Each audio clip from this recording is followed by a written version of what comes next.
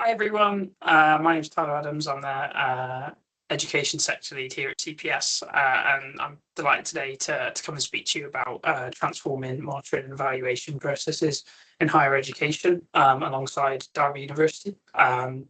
We'll hear from Paula directly later, but yeah, today we're going to explore how universities can modernise kind of quality assurance, moderation and evaluation processes using Microsoft technology, particularly kind of automation through Power Platform and Copilot. And we'll look through the kind of pressures that institutions are facing at the moment, why current and legacy processes might not be sustainable anymore, and how kind of modern and low-code approaches and solutions can reduce administrative burden while improving governance and insight. So thank you for joining today.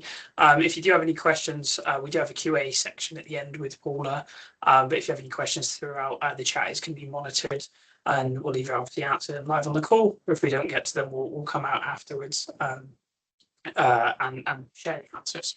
So yeah.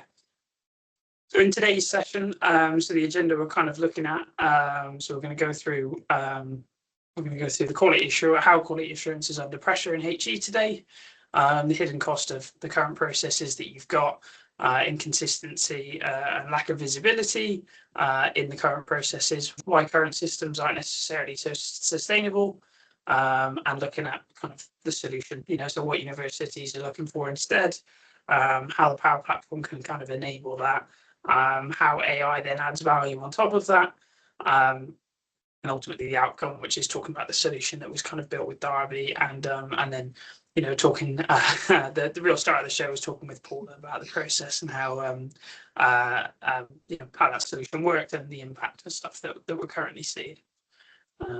So yeah, looking forward to it. So starting to why is quality assurance kind of under pressure in higher education? So quality assurance in the UK is under significant pressure from kind of multiple different directions, right? Institutions are balancing kind of regulatory expectations, particularly from bodies like the Office for Students, kind of alongside complex delivery models, expectant students, and international partnerships, and kind of new forms of assessment. So at the same time, many organizations are going through kind of major system transformation, moving to new student record systems, new VLEs, and kind of what that means in practice is kind of QA, moderation, evaluation workflows are no longer an academic process. It's a core operational and institutional risk area for lots of universities in this country. And kind of what does that mean? I suppose the hidden cost, keeping the current processes that you have now. The main one is the administrative burden placed on both academic and kind of staff in general. A lot of the moderation and quality activities is still super manual, coordinated emails, spreadsheets, documents. I'm not going to go through it too much because you're probably the experts in that. A lot of people on the call probably have to go through this every day. But yeah, there's often loads of duplication of effort, especially where faculties or international partners are involved. And you've got evidence that's recreated and re-entered multiple times. While also the admin burden of that, it's also incredibly difficult to audit should a regulator come to check on how things are going and how you're getting on during those really peak periods. And the impact of all of that just means that time is taken away from teaching, kind of the student experience, and in those high pressure kind of environments and timelines throughout the year, staff frustration goes to the roof, especially during the peak assessment periods in December and towards the end of the financial year, academic year, as well. So another key issue is inconsistency and kind of lack of visibility. So quality assurance processes often sit potentially outside modern core systems like student record systems or VLEs, which leads to a variation in how processes can be applied across faculties and partners for an organisation. From a leadership perspective, there's rarely a single real-time view of what's happening across the university. And then, tracking progress often means chasing updates from people, essentially knowing them if one or two times and piecing together information from multiple sources to create a picture of how moderation is going. And that makes it very hard to intervene early if there are issues in the process. It weakens governance and increases risks again, especially during regulatory reviews or audit time. So why current systems aren't sustainable? So many of the challenges are rooted in, I suppose, aging systems, manual ways of working, as we've talked about before. We still see critical processes running emails, Word documents, or legacy platforms that are either no longer supported or flexible, but potentially also single point of dependency. It could be a very, very old legacy system that requires legacy IT skill set. And as lots of people are moving to SaaS style solutions, people don't necessarily, you lose the IT skills to be able to support those old solutions. These individual processes weren't necessarily designed to operate in institutional scale. And then, therefore, it makes it difficult to demonstrate consistency and maintain clear audit trails across all of the schools that you have that make up all of the universities. What the other thing to say is, if when you are moving in terms of digital transformation, if you're moving to new systems, these moderation workflows are often shoehorned into those legacy systems. So when you are moving to modern SaaS solutions, moderation workflows can often be lost or afterthoughts potentially. And in some cases that means that you might push back your timelines for deploying the modern kind of SaaS and VLE solutions, making quality assurance a blocker to transformation rather than the enabler that it really needs to be. So in terms of what universities are kind of asking for instead, I say asking for because it's kind of what we kind of worked out at Derby. But the real talk, the real clear impact points and requirements from that engagement with Derby was around end-to-end visibility, having a transparent, very single view of the quality and moderation process activity across both institution and school, but also its partners, both internationally and other universities and external examiners. Secondly, kind of real-time tracking, clear ownership, and structured workflows that reduce reliance on manual coordination, emails, etc. The other important was standardization, but having standardization across schools, but also flexible frameworks, solutions that can scale across the whole organization and adapt depending on regulatory change, while still integrating with core systems and delivering during peak period. And the goal is ultimately to move to consistency, scalability, and audit readiness by design, not by effort and stress from your employees. And I suppose the culmination of all of that conversation is how the Power Platform fits into this. So at a practical level, if you're not familiar with the Power Platform, it allows universities to kind of replace any spreadsheets, emails, and fragmented processes with digitalized workflows. It's a low-code tool set, potentially no code as well. That means institutions can build applications that automate end-to-end modern quality assurance, moderation, evaluation processes, things like annual monitoring, reviews, approvals, and escalation routes. These workflows are role-based as well, so auditable and aligned to institutional governance. They also integrate with your Microsoft 365 productivity stack, as well as existing systems like student records and VLEs. For example, with the Derby solution, so they had a very spreadsheet-driven process, and that was replaced with consistent, repeatable automation and workflow that are much easier to kind of manage and scale.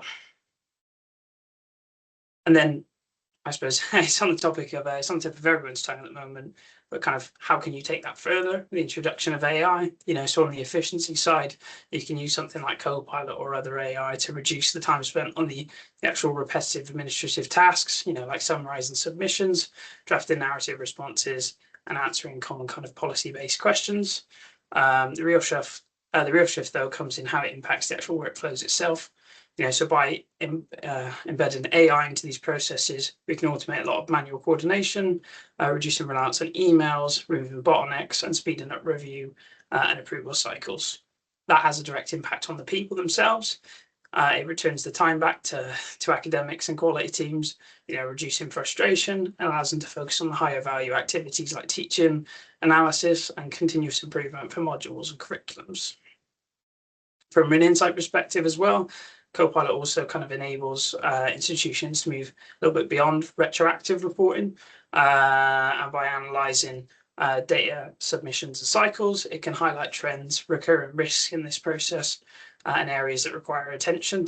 You can also get the leaders to ask questions in natural language and get meaningful answers back very quickly. So overall, introducing AI is about shifting quality assurance from being manual and reactive to something that is streamlined, proactive, insight, data driven. And so kind of what does that look like in practice? So the outcome is having a modern moderation and evaluation approach that reduces administrative burden on employees while strengthening the kind of governance compliance from an audit and a regulatory perspective. It provides kind of real-time visibility across the institution, supporting better decision-making and creating scalable frameworks that can evolve over time and be flexible to changes in regulatory requirements. Importantly, it allows universities to modernise without losing that flexibility or control. And as we've seen with institutions like Derby, this isn't theoretical. It's delivering measurable income and outcomes today, while remaining kind of adaptable to the future. Now, I do believe we're really grateful today to be joined by Paula to tell us kind of how this has been put into practice at the Uni of Derby. So I'll let Paula introduce herself. Thanks, Tyler. So good morning, everyone. Nice to see so many people here with us this morning, and good to see some members of our team from the University of Derby as well. So I'm Paula Bushby. I'm an academic quality manager at the University of Derby, and essentially my role is that I lead on those processes and systems that are associated with monitoring and evaluation. So that's my role at the University of Derby. And so, yes, it's great to come along and to be able to speak to you about the work that we've done. Thank you so much, Paula. I suppose we can kind of jump straight into the questions. So I suppose the best place to ask is what led Derby to begin with to kind of decide that you wanted to kind of digitalise your moderation and evaluation process. Yeah, thanks, Tyler. So I guess it's the desire of lots of institutions to be able to digitise and streamline processes. But our journey really started back in 2022 when the university launched new learning and teaching and curriculum design frameworks. And we needed to make sure that these frameworks were fully embedded within our quality assurance processes. And alongside that, we decided to review from the ground up all of our monitoring and evaluation processes. And this was all around the same time that the external regulatory landscape was shifting significantly. We had the OFS becoming the designated quality body for higher education in England, and the introduction of their revised B conditions on student outcomes. And really what came out of the review that we undertook was that need to move to digital solutions, to be able to have structured input into those processes, but also real-time data and more effective reporting from them. Okay, thanks, Paula. And I suppose just for complete clarity, like, have you got like the top three problems that I suppose you were facing and you were trying to solve by introducing something like this? Yes, there were actually quite a number, probably more than three. In practical terms, yeah, I mean, there were a number of problems, and the reality before moving to digitisations was pretty challenging. Like many other institutions, we were relying on Word documents that were being emailed backwards and forwards between users, or they were being placed into shared locations. And that in turn created risks around version control, data security, and documents just not ending up in the right place at the end of the process.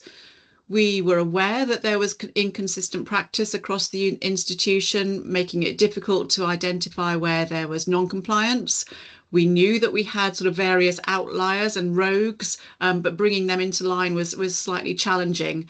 So all of that resulted basically in difficulties with obtaining data, with collating documentation into sort of central locations if we needed to, and to be able to conduct any form of accurate reporting at an institutional level. And then in the instances where we were required to provide documentation for either internal or external reviews, that was incredibly challenging as well. Just trying to get hold of documentation was, pretty scrappy, lots of scrambling around trying to get hold of documents. So yes, quite a non-desirable situation. Absolutely. And then in terms of those challenges, what was that impact like on the actual university itself before the change? So I guess really the combined impact there was placing the university at risk when it came to maintaining our regulatory requirements for academic quality, and for being in a place where we were able to confidently enter any either internal or external regulatory assessments. So we were certainly in a situation where we weren't able to evidence that we had robust processes in place and that the processes were being adhered to, and that they were resulting in any form of enhancement to our academic provision and to student outcomes. So yes, quite as I said, an undesirable situation to be in for us as a university. Yeah, absolutely. Okay, and then I suppose when you did decide this is something that you wanted to find a solution for, kind of what was that process like, and then why did you ultimately choose to go external with a supplier like CPS?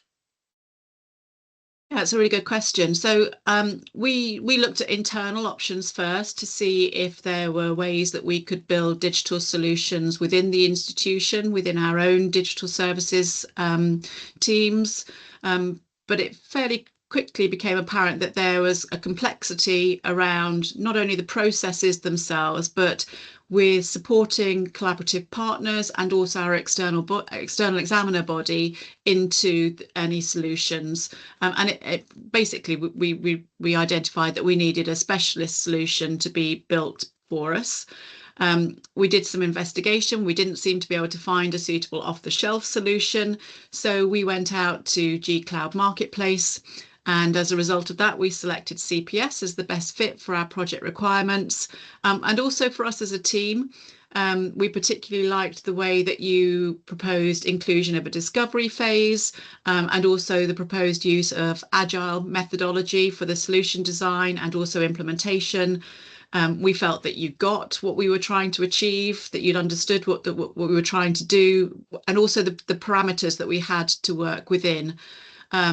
And there was also the opportunity then for ongoing support services to be applied and for further development of our solution into the future, both of which we've made use of. Yeah, no, it's really good. And, I think it's almost 2 years down the line now, right? And we've expanded from that kind of original moderation process to include external examiners, and we're still kind of iterating as well. So it's been a privilege to, I suppose, be on the journey with Derby. I suppose in your view of that solution as someone who kind of uses it kind of day to day, how has that process changed now with that digital first approach? It's certainly changed, and I have to say it hasn't been without its challenges, and most of the challenges that we faced were around permissions and licensing, particularly to do with our collaborative partners and external examiners, but overall we're in a situation now, I think, where it's been thoroughly transformational. Through our work with the CPS team, we've now got what we're calling our quality monitoring and evaluation platform, or QMEP, and that's been built for us using Microsoft Power Platform components. So it uses Power Apps, Power Automate, Power BI, and all of that's integrated with SharePoint, and it sits on our own university system. So we have full ownership and control, I guess, over that system. But in simple terms, the app which we are calling QMEP, provides that user interface. We've got about 3,000 users. And while SharePoint then underpins the back-end environment that is only available to those of us who are involved in administrating and sort of super user access to the environment. Wonderful. And then in terms of, I suppose that's the, that's the day-to-day, that's how the technology is used, how the process has changed. From a, I suppose, a business impact perspective, what kind of, what can you talk about around the, the impact the solution has had to the organisation? I think again, it's significantly improved the situation that we were in previously. Certainly in terms of accessibility and engagement, we now have all University of Derby staff, our academic partners and our external examiners working within that single consistent system. We have been able to bring those sort of outliers and rogues into line a little bit more. We're certainly able to keep an eye on what they're doing activity-wise a lot more easily and make sure that they are following process.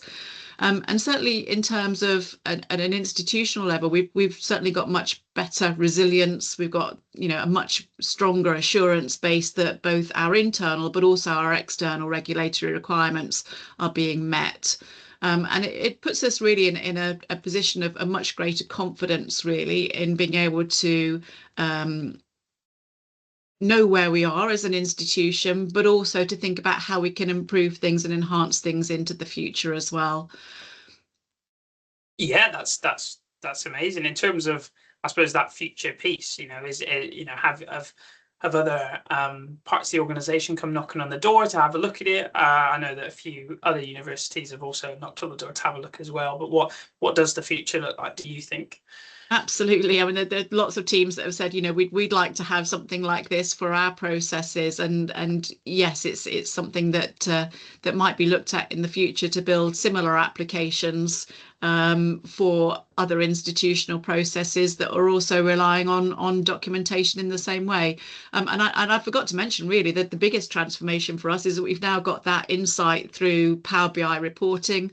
So within the app, we've got a number of dashboard views that are able to be used by various members of the university, and that simply wasn't there before. So that is a completely new and changed part to our processes.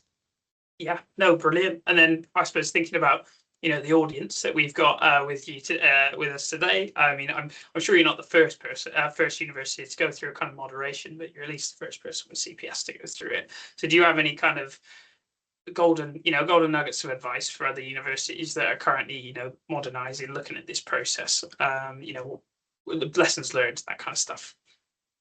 So yeah, I mean, I guess in terms of lessons learned, one of the things that we were able to do as part of that internal research, first of all, was we were able to really clearly visualize our processes and to have very clear process diagrams and requirements gathering. So that was something that was very much well worth doing before going externally, and being able to present those to you very early on in our discussions with CPS, I think was a real sort of time saver, and it allowed you to put together some proposals that met those requirements very early on.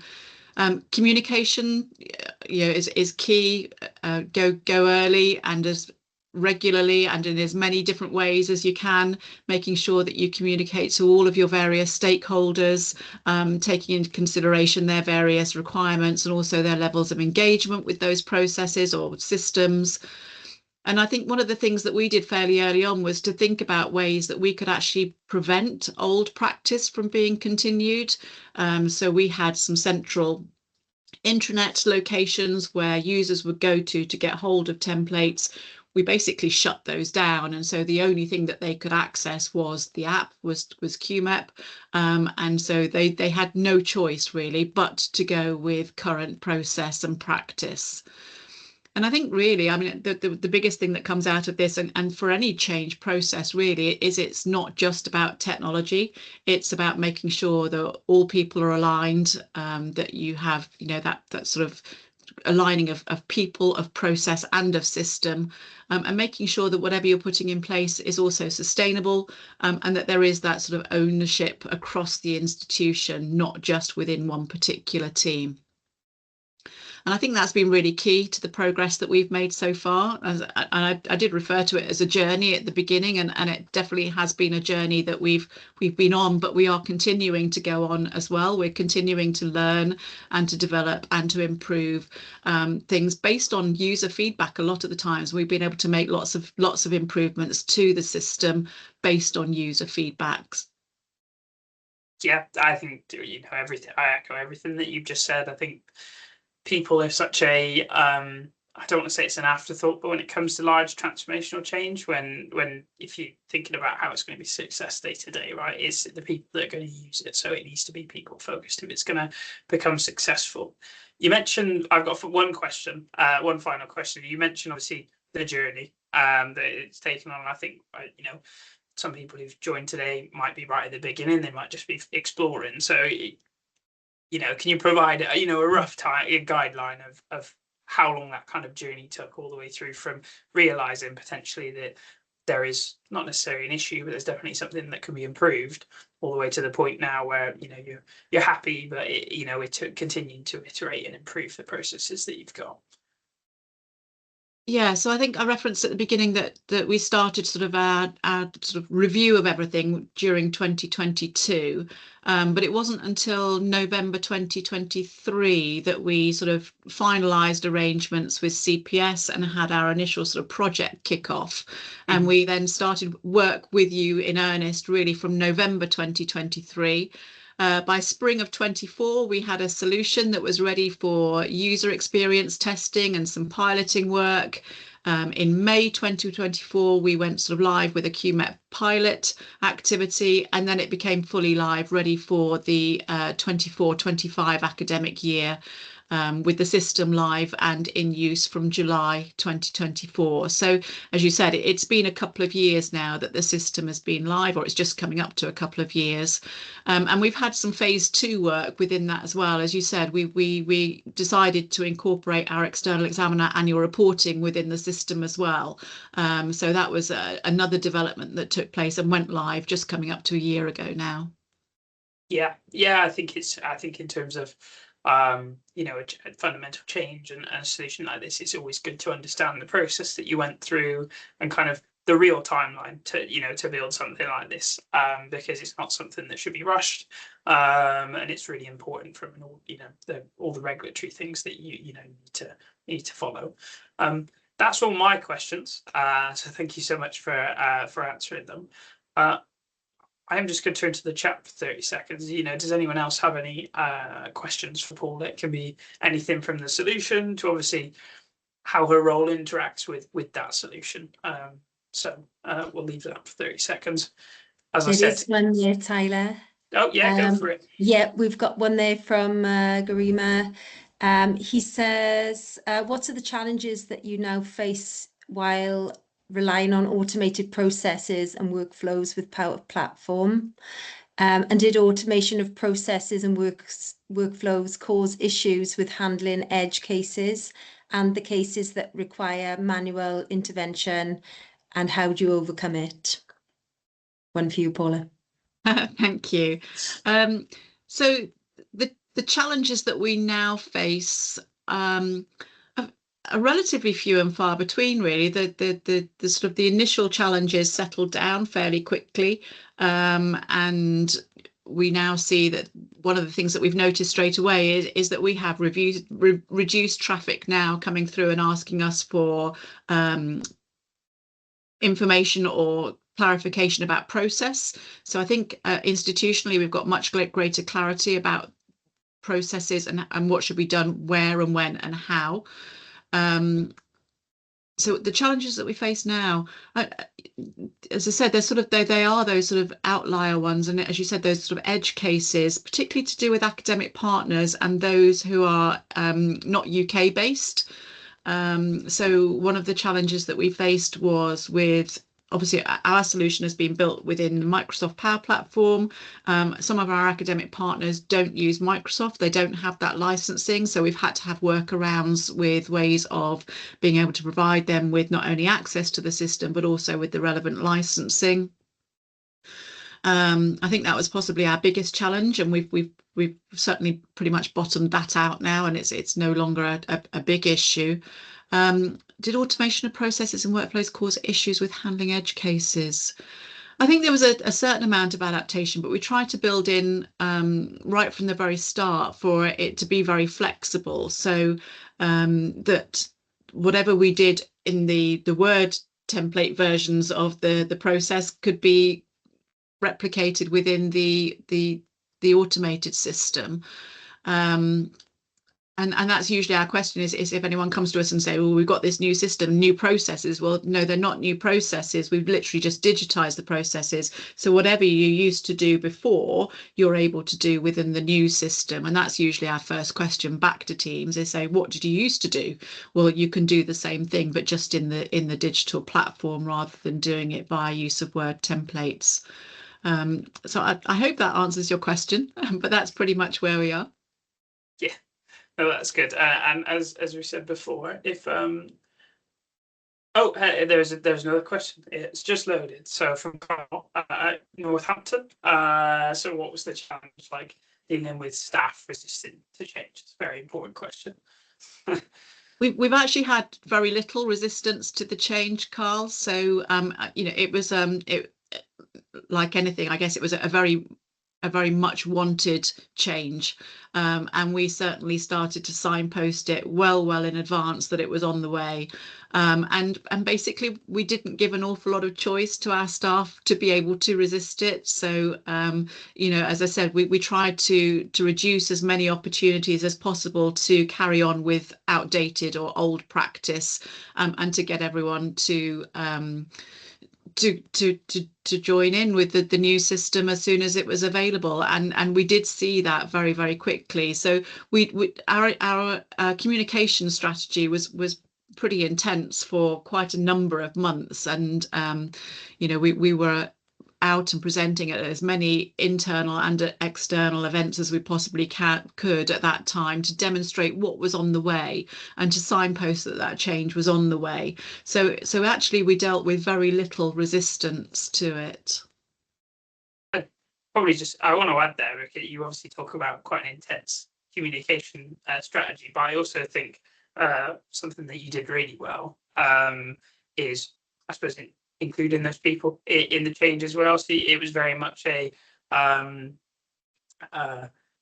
the time you got to the point where change was necessary and new processes and systems were being brought in, because the people that were going to be using the system were bought into the idea of the change. They recognized the benefit that they were going to get from it, the time saving and stuff like that, and that was signposted just as much as you must not do this now anymore, right? It was also that I think you did a really good job of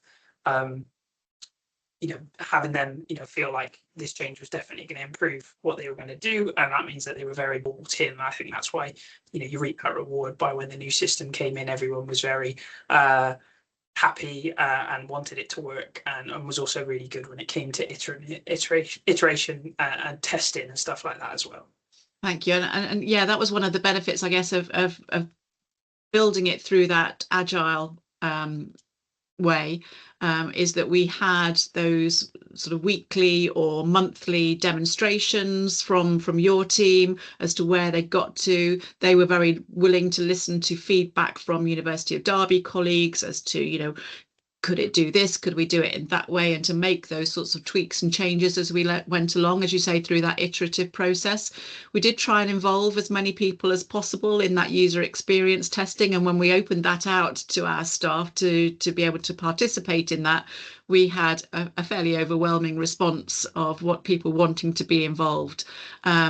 Which was great, and we tried to cover as many different areas of the institution as we could within that testing. So we tried to sort of develop champions within each academic area so that they became then the experts and the person to go to if there were any queries or any feedback. And as I said, we've actually been able to build in a lot of changes as a result of user feedback, which has been really good as well, and really positive to be able to feedback and close that loop to say, yeah, we've actually done this. We've been able to do this in this way for you. Sometimes we have to say no, but a lot of the time we have been able to accommodate those requests for changes. Oh, absolutely. And that was all the questions in the chat. But you know, like we said before, if you wanted to ask questions afterwards or anything like that, just you feel free to reach out directly as well, and we'll be more than kind of happy to answer that. But thank you so much, Paula. I think such an insightful conversation, I suppose, about you know, the process and the journey that you've been on, and well, this ultimately the success that we've had as a partnership together, because and you're a key part of that as you know, as the person that's held the fort together. So thanks, Tyler. Thank you. in terms of kind of, I suppose, next any kind of next step. Now, I don't know, you know, where so you know, some of you are in your journey, if this is something that you're looking to evaluate, are you moving off legacy systems, you know, is moderation is modernization on the topic list. But you know, if it is, you know, feel free to reach out to me or Paula. I know that Paula has also been you know, keen to show off the solution and kind of what it can do and the benefits that it can have to higher education to a number of people that have reached out to her. But yeah, we can have a conversation kind of about where you are in that journey. Do you need to flesh out those requirements around moderation and evaluation? Are you on a burning platform? You know, is something holding up, I suppose, modernization and how Power Platform, how Copilot and stuff like that can support. So yeah, please do get in contact. But ultimately, just thank you for joining. I think it's, you know, it's been a really good session, and you know, one thing at CPS is we love to share about, you know, the success across the sector, and the Uni Derby is definitely a success when it comes to automating processes and supporting you know, supporting people and giving time back as an organisation. So thank you for joining, and that is the end. Thanks both. There is one more question from Garima around licensing, but we can continue the Q&As should any more come through once the call has ended. They can continue in the chat section. Yeah, yeah. I mean, if you wanted to answer it now, then that's also good. Yeah, we can fit one more in, I think, Paula. So to use the system, so I think this is referring. So to use the system, were there any additional licenses required beyond Microsoft 365 and Copilot ultimately for wider staff access, or were extra licenses only needed for kind of the development team, so CPS? So no, I think we didn't require any additional licensing. I don't think. Tyler might tell me differently. Beyond the sort of the Microsoft 365 licensing, it was making sure that obviously was applied to all University of Derby staff so that they've got access to those Power Platform components. We did obviously have to provide extra licensing for our CPS colleagues. So you've got sort of I can't remember the name of the development licenses to be able to access our systems and work within them on our system. The additional licensing that we were involved with was to do with our external examiner community, and that was basically done through setting up University of Derby accounts for our external examiners. So they have a University of Derby mailbox, an account, and the licensing is associated with that account for them so that they can access it. One of the challenges we found certainly with our external examiners, whereas if they were using their own institutional accounts where they had them, sometimes it was causing conflict with their own systems. So it was just much easier to pull them away from that and to set them up with their own Derby accounts. And they use those then for access to our systems, which has streamlined it considerably. So it was a little bit of a pain point at the time, but has actually made things a lot more effective in the long run. Yeah, no, brilliant. And we'll clarify kind of the licenses that are required on the for users and stuff like that directly with you, Garima. But yeah, so thank you so much, everyone. This is recorded, so if you wanted to refer and share on demand, that will be available and be sent out to you. And like I said, if you have any other questions and stuff like that, just reach out. Always more than happy to help. But thank you so much for your time. Bye bye. Thank you very much, everyone. Thank you.